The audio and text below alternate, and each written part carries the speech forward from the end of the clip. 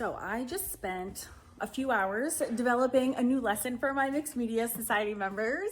We are doing a grandma series at the moment where I am, first of all, the Mixed Media Society is my monthly mixed media club. I actually have 3 separate art clubs because I'm such a nerd like that. And let me move some of this equipment out of the way. So we have been doing this series of grandmas. It started out with a groovy grandma, but then I loved it so much I went and I did 2 more. And the reason I'm even talking about this is that the Staedtler art pigment pen, I don't know why I just said art, the Staedtler pigment pen actually plays a pivotal role in my mixed media projects. So I've already reviewed them. I'm already going to tell you that they're great. But what I didn't realize is they also sell it with like this liquid so that you can mix in with your, I'm trying to find it, I will grab it obviously when I go to demo this, but you can mix it in with your pigment pens and it like dissolves it and it makes it apply more like a watercolor brush instead of just like a regular pigment marker. So let me show you these grandmas. They're so funny. So this was the first one that I did. And I use the pigment markers to add the shading here and under and all the little really subtle shading that you see. This is the second one. This is No Nonsense Nana. Okay, and again, you can see on her face, like all of the rosy patches, all of the nuance here. A lot of that is created with those pigment pens. Look at her hair, is all that fun gel. That was a big feature for all of them. This one is the latest one that I just did today.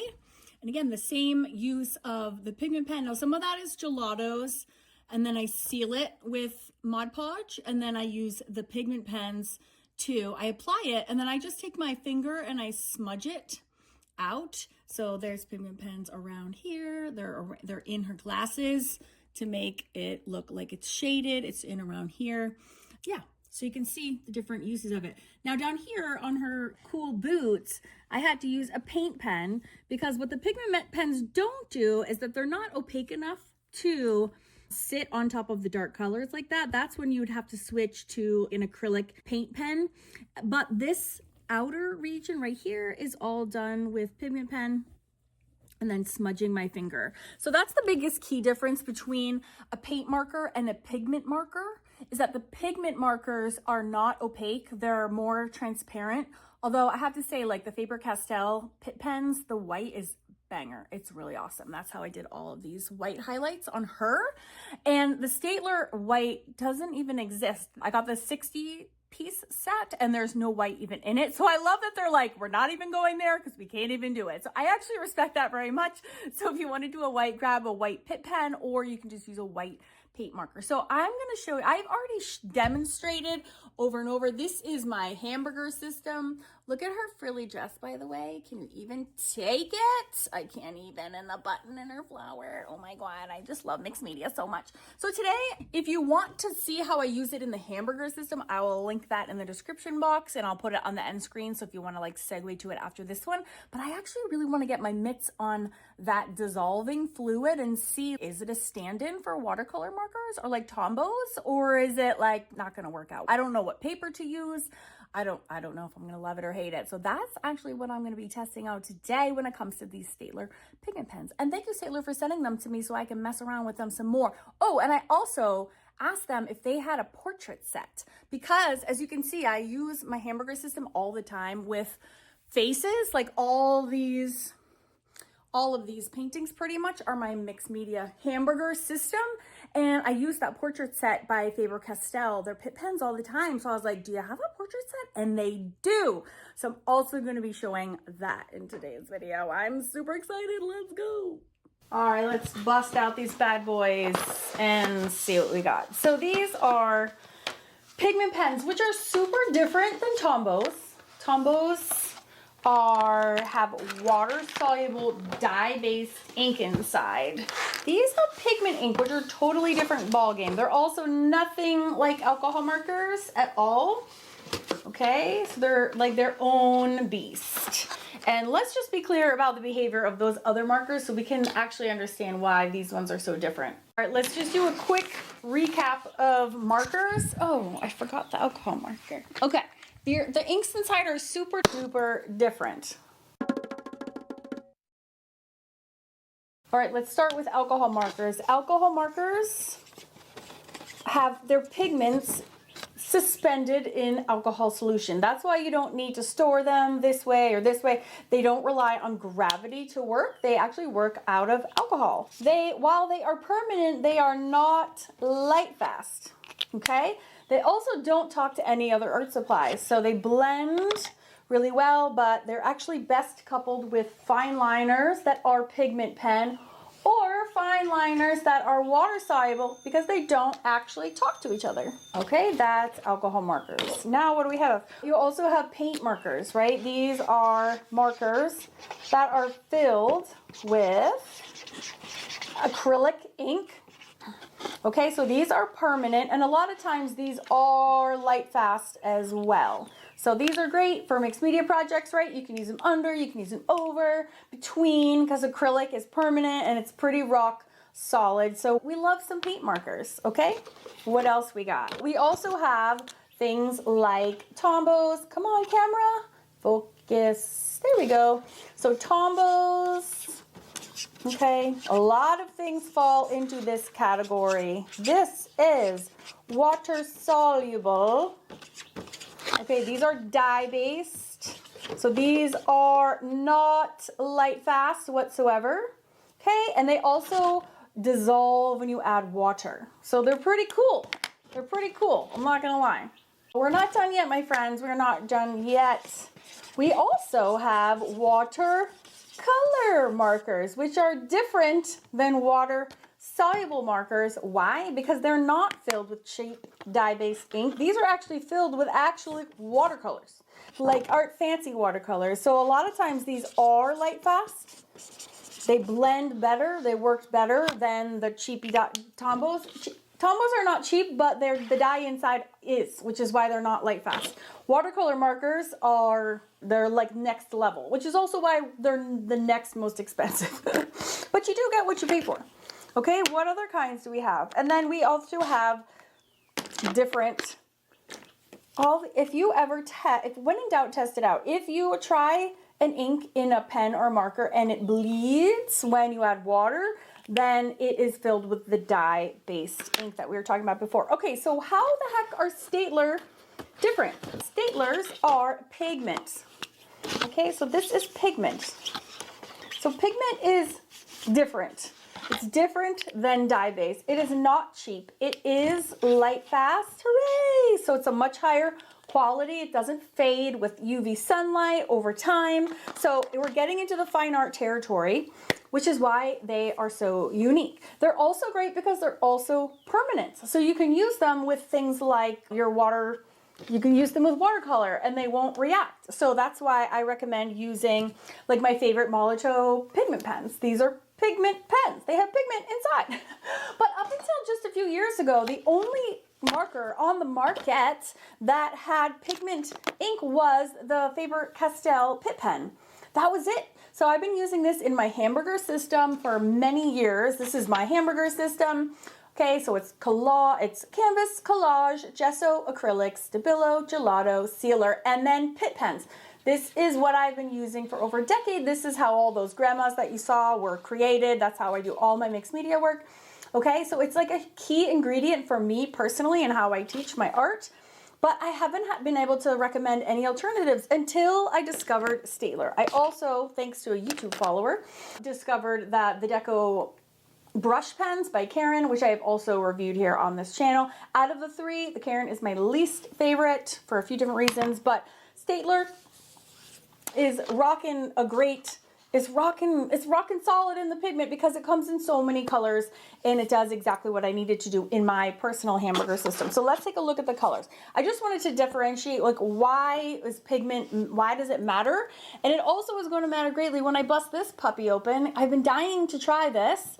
I want to know what's in here that's going to make it behave like a water soluble or watercolor marker. That means like when it's wet, so when it's wet with this liquid, it should actually behave like a Tombow. So I cannot wait to give that a test. I'm just going to show the colors off of these first. So this is I don't know what pack this is, 24 or something. And then this is the 60. So let's just check it out. So we have these warms in the smaller pack. This must be like 24. I didn't count. This looks like a lovely set. And then these, which a lot of times you could actually use these for skin colors. And actually, I should take a look at that and see how that compares. This is their skin tone set, which it looks like many of these are in their skin tone set. I'm going to do a separate review on the skin tones versus the Faber Castel portrait set and see what those different colors look like. But I just wanted to show these. So this is like a very complete set, I would say, except there's no black and there's no white, as I mentioned earlier. I do think blacks tend to go through separately anyways. And then this is the big set of 60, which I have been dying to get my hands on, because then you can match all of your paint colors. You can match really quickly and easily by just grabbing the marker. That's the way that I do it anyways. So huge range of greens, neutrals, blues, warm colors, all of the above. Okay, amazing. Interestingly though, still no black and no white, which I find very peculiar. A lot of skin tones included there. So that's gorgeous. Only 2.5 purples. There always seems to be a lack of purples with all markers, which I also find really interesting. And probably way more reds than I'll ever need. Maybe more purples and fewer reds. But that is quite an extensive color range for sure. I do think you could probably get away with the smaller one. Both of them have a ton of colors. Are there any purples in this set? No, not really. Just this one. Let's see if this is purple. Is this purpley? Yeah, that's all you get though, which is not very satisfying. So maybe get the larger set. Maybe more is more. Let's get the more set, shall we? Yes. So when I'm storing these, I just throw them in a bin. I'm going to put these in with my Pitt Pens by Faber Castel because they work exactly the same way that I use them in my Hamburger system. All right, I'm dying to try this weird multi-ink blending liquid. Okay, it just says for easy blending, smooth color transitions and gradients, and much more. So what is in here that makes them like squish? I don't know. And it did come with, clean these out. We need some watercolor paper because we're gonna use something wet, although it's not water because they're permanent. And here's a page in an old art journal. Here, I'm just gonna grab like a random pink. And it came with some water brushes, so I'm inferring that you're supposed to, oh, it's open already. Did I do that? I haven't never opened this before. It's open. All right, I'm just gonna squirt some. That's so weird. I really have not touched this yet. I'm just gonna put that in that bowl that luckily is sitting there. I don't know what this is. What is this? It's a mystery liquid. Can you hear the bird chirping? It's very chatty today. All right, so I'm gonna just color. Oh, that is shocking pink. So I hope I can blend it because it doesn't really go with the rest of my page. And I don't know if I'm supposed to move fast right now or not, or slow.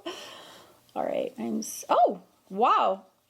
That really works like amazingly well. Fascinating.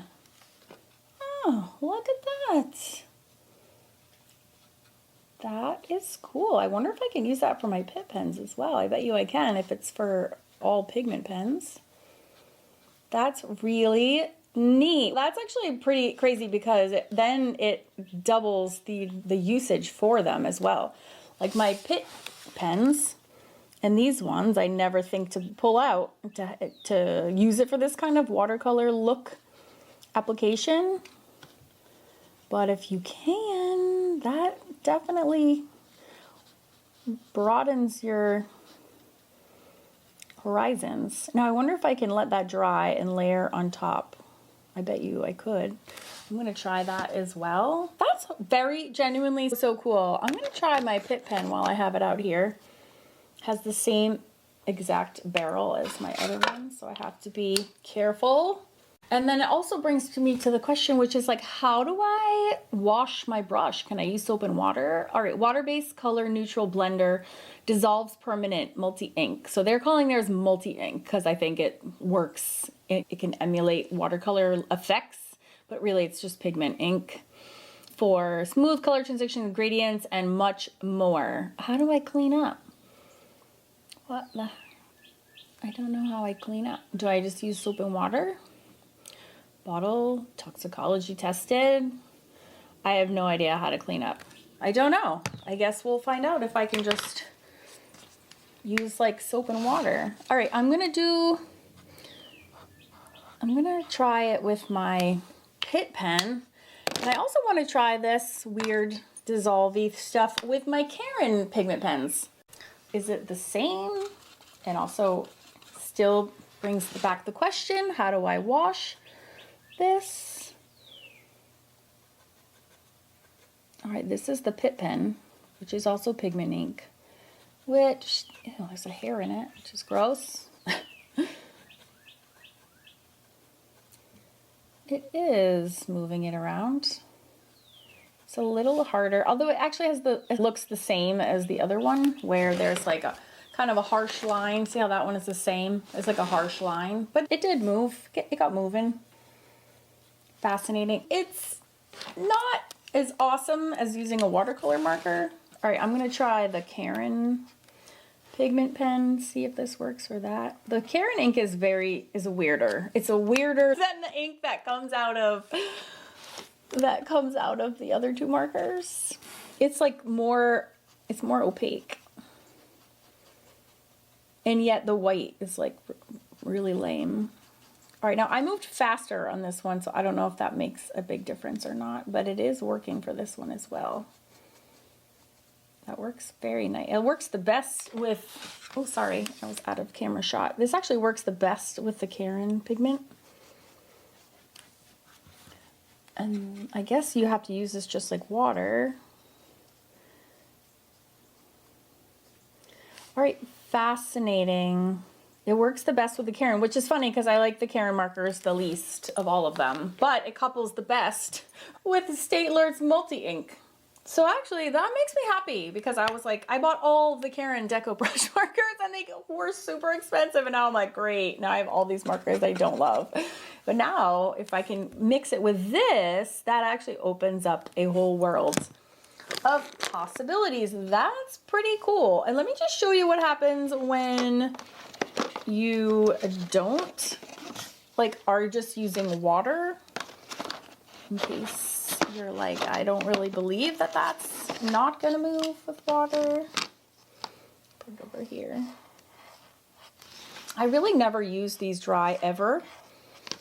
I always use them just with the same Hamburger layering system that I always do. All right, so that's the Staedtler pink. And then this is just with water, just to show you that the water really truly does not move it around at all. Look how pretty the Karin Deco brush one is. That's funny. That is a very cool product. It really is. It definitely opens up the world of possibilities. It's not like my favorite. I would probably still grab like my Tombows if I wanted to make that effect, or my watercolor markers, but the fact that it really does double what it can do just based on this.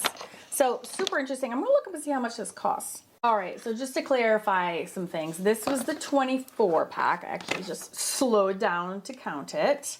They also have a 36 set, which is 42, so just a little over $1 a piece. That's way cheaper than the Pitt Pens are. I will definitely give them that. However, the multi-ink blending is actually $13 for this small bottle. I'm sure this will enable you to do a lot of projects, but and if it means you don't have to go out and buy a whole nother set of Tombows, for example, to have the same effect, I guess you could make the argument that it's saving you some money, but I don't know that I would necessarily use this and then replace the ability to be able to use all those other kinds of markers. You know what I mean? I think it's a personal decision, it's up to you, but it definitely, like if you're traveling and you can only bring one set of markers, you could bring these and then you could just bring your fluid and then you would have the like variability of both. There's for sure upsides. I do think it's a little steep for what it is, but also what is it? What is in here that makes it do that? It's quite magical. Before I go, I just found the booklet that fell out of the package and I didn't notice it. It does have a little bit more information in here about the fluid, although it still doesn't say what cleanup is supposed to be, which I wish it would. But what I do think is a cool application is that it can be used to lighten, but that means that it can also be used to erase. And that's pretty powerful to be able to erase. And so just before I go, I want to just try that on a piece of Bristol paper.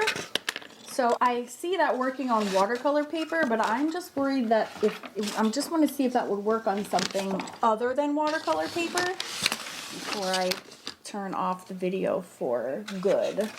So here is my brush. Here is that liquid. It says it works after it's dried. All right, so, oh, it is for sure not lifting that. Now, I know that's the pigment one because it says pigment. Let me try just maybe it's the other brand, although I already tested this on the other brand. I just wonder if it's paper dependent. That's why I need to test this. Okay, so this is Bristol. When I was doing my journal was watercolor paper. Okay. So I was all excited. I was like, oh, it can do that. It can erase, but not so much. And actually on the Bristol, this doesn't work at all. Oh, I'm glad I switched papers. Okay. And I was also, that's what made me think of it. See how it's starting to pill? That's what I was afraid of. Okay, so with the caveat that it can only be used on watercolor paper, not dry. So it should not be then used as a dry medium, which is probably why a lot of people and how a lot of people do use them. But again, as far as I'm concerned, as long as I can use them to make my groovy grandmas, I'm happy. And we'll link to that video which shows you how I do all of my shading. So if you want to see how I use it to make all those groovy grandmas that I showed you, you can just click on the video right here and you can see my whole mixed media project process and how these are used in them. I have quite a few videos on them here on YouTube, so happy learning.